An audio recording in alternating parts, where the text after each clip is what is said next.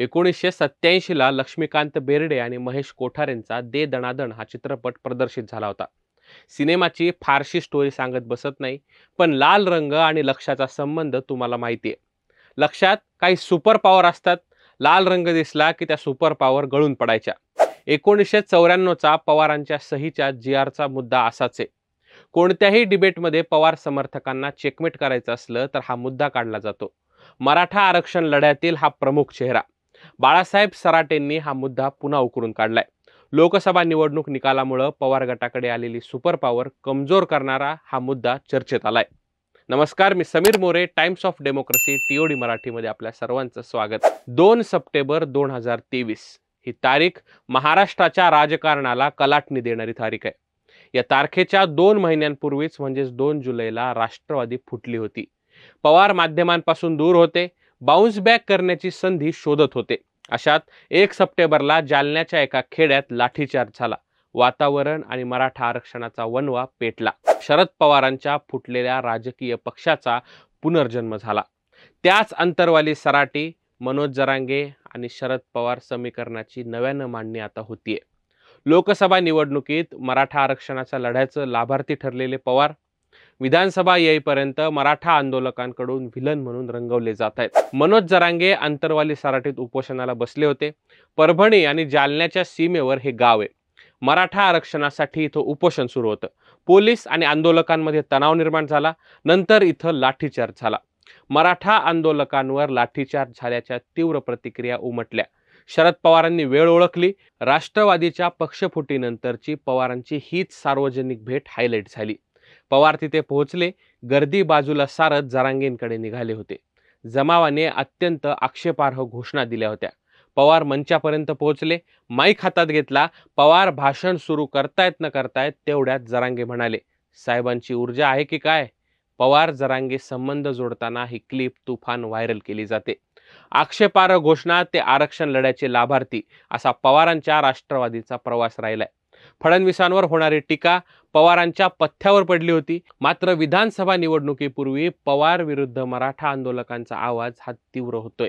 यामागचं पहिलं महत्त्वाचं कारण म्हणजे मराठा मतांवरच पवारांचे खासदार हे निवडून गेलेत. त्यांनी मराठा समाजाच्या ओबीसी समावेशाची मागणी करावी अशी अपेक्षा मराठा समाजाची होती. मात्र निकालानंतरच्या अधिवेशनात पवार गटाचे खासदार प्रो ओबीसी भूमिका घेताना दिसले. खासदार डॉक्टर अमोल कोल्हे यांचं नाव या क्रमात घ्यावं लागेल. यावेळी मराठा समाज नाराज होता. मात्र ही नाराजी व्यक्त झाली नव्हती. दुसरी घटना घडली सर्वपक्षीय बैठकीची. मराठा आरक्षणावर तोडगा काढण्यासाठी मुख्यमंत्र्यांनी बैठक बोलावली. या बैठकीत महाविकास आघाडीने अनुपस्थिती दर्शवली. आरक्षणावरील आपली भूमिका स्पष्ट होऊ नये या विचाराने त्यांनी बैठकीकडे दुर्लक्ष केल्याचं बोललं गेलं. जरांगेंनी देखील यावर नाराजी व्यक्त केली. पवारांच्या राजकीय कारकिर्दीत 1976, 1994, 2008, 2014 आणि आता 2024 ही वर्षे मराठा आंदोलकांसाठी महत्त्वाची आहेत. 5 वेळा मराठा समाजाला आरक्षण मिळण्याची संधी आली. मात्र पवारांनी राजकारणासाठी मराठा समाजाला आरक्षणापासून वंचित ठेवलं. यासाठी त्यांनी खुटी मारली होती. त्याचीच अडचण आरक्षण लढ्यात होतीये असं ठाम मत बाळासाहेब सराटेंनी व्यक्त केले. 1967 साली ओबीसी आयोगाची पहिली यादी तयार झाली. याच वर्षी पहिल्यांदा पवार आमदार झाले. पवारांनी यात कसलाच हस्तक्षेप नोंदवला नव्हता.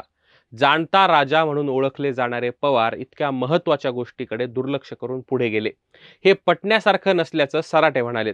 1994ला महाराष्ट्रात मंडल आयोग लागू झाला. त्यावेळी शरद पवार हे महाराष्ट्राचे मुख्यमंत्री होते.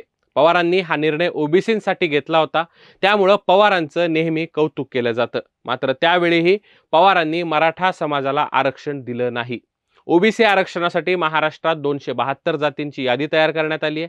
त्या यादीत मराठा समाजाचा समावेश नव्हता. यामुळं मोठ्या प्रमाणात नाराजी व्यक्त केली जाते. सराटेंनी याची आठवण पुन्हा करून दिली. पवारांनी मंडल आयोग लागू केला. महाराष्ट्रात ओबीसी आरक्षण लागू झालं होतं. नंतर पवारांनी ओबीसी आरक्षण 18% वाढवलं. इंदिरा साहनींनी सांगितलेली 50%ची मर्यादा पूर्ण झाली. 50%च्या मर्यादेतील हे 18% होते. म्हणजेच त्या 18% आरक्षणाचा लाभ मराठा समाजाला 50%ची मर्यादा न ओलांडता मिळाला असता. हे पवारांनी होऊ दिलं नसल्याचं सराटे सांगतायत. 2008ला बापट आयोग स्थापन झाला. या आयोगाकडून मागासलेपण सिद्ध होईल, आरक्षणाचा मार्ग मोकळा होईल अशी आशा मराठा समाजाला होती. मात्र मराठा समाजाचं मागासलेपण आयोगाच्या अहवालात अमान्य करण्यात आलं. पवारांच्या अदृश्य हातांनी राजकारण केलं. आयोगावर रावसाहेब कसबेंची ऐनवेळी नियुक्ती केली. भोईटे मॅडम यांना गैरहजर राहायला लावलं. याच कसबेंमुळे अहवाल मराठा समाजाविरोधात गेला. यामागे पवारांचं राजकारण होतं असा गंभीर आरोप भोईटेंनी केलाय. 2008ला शरद पवारांनीच मराठा नेते विनायक मेटेंना आमदार केलं होतं. मेटेंनी 50% मर्यादेबाहेरचं 25% आरक्षणाची मागणी केली. पुढे 2014ला राणे समितीनेही तोच कित्ता गिरवला. 50% मर्यादेपलीकडचं 20% आरक्षण मिळावं ही मागणी केली. ही मागणी पवारांनीच करायला लावली होती असं सराटे आता सांगतायत. विधानसभा निवडणुका फक्त आता 2 ते 2.5 महिन्यांवर येऊन ठेपल्यात. मराठा आरक्षणाचा मुद्दा पेट घेतोय. मराठा आरक्षणाच्या मुद्द्यावर भाजपने गेर बदललाय. फेक नरेटिव्ह ठोकून काढा असे आदेश फडणवीसांनी दिलेत. दुसरीकडे जरांगेंना काउंटर करायला 4 प्रवक्ते नेमलेत. मराठा समाजासाठी केलेल्या उपाययोजनांचा ताकदीने प्रचार प्रसार होतोय.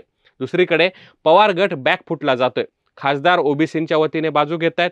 पवार स्वतः मराठा समाजाच्या ओबीसीकरणाविरोधात आहेत. अशात महायुतीला या सर्व गोष्टींचा फायदा होईल का, याबद्दल तुम्हाला काय वाटतं ते कमेंट करून नक्की सांगा. आणि हा व्हिडिओ आवडला असल्यास लाईक शेअर करायला विसरू नका. आणि असेच नवनवीन व्हिडिओज पाहण्यासाठी टाइम्स ऑफ डेमोक्रेसी TOD मराठीच्या YouTube चॅनलला नक्की सबस्क्राईब करा.